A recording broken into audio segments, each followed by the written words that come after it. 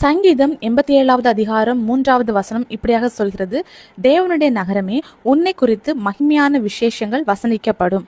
இன்னைக்கு உங்களை பார்க்குறவங்க உங்களை அசட்டை பண்ணலாம், அற்பமா நினைக்கலாம், உங்களை ஒன்றும் இல்லாத ஒரு ஆள் மாதிரி ஒதுக்கி வைக்கலாம்.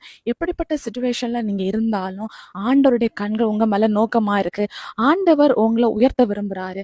நீங்க பிறருக்கு முன்னாடி ஒரு மகிமையான பாத்திரமா மாற ஆண்டவர் ஆசைப்படுறாரு. பரிசுத்த வேதாகமத்துல பார்க்கும்போது தாவீது தன்னுடைய குடும்பத்துல அற்பமா எண்ணப்பட்டாங்க.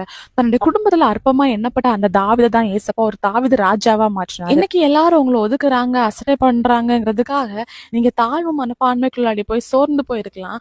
ஆனா ஏசப்பா உங்களுடைய கண்ணீரை பாக்குறாரு, உங்களுடைய இருதயத்தின் வேதனையை அவர் பாக்குறாரு. மனுஷன் முகத்தை பாக்குறான், ஆண்டவர் இருதயத்தை பாக்குறாரு. அதனால ஏசப்பா இப்படியே உங்களை விட மாட்டாரு. பிறர் கண்களுக்கு முன்னாடி உங்களை மேன்மைப்படுத்துவாரு. உங்களை குறித்து மேன்மையான வார்த்தைகள் பிறர் பேசுற வகையில ஆண்டவர் உங்களை ஆசீர்வதிப்பாரு. விசுவாசிங்க, அற்புதங்களை எதிர்பாருங்க. இயேசு கிறிஸ்துவின் நாமத்தில் ஆமீன்.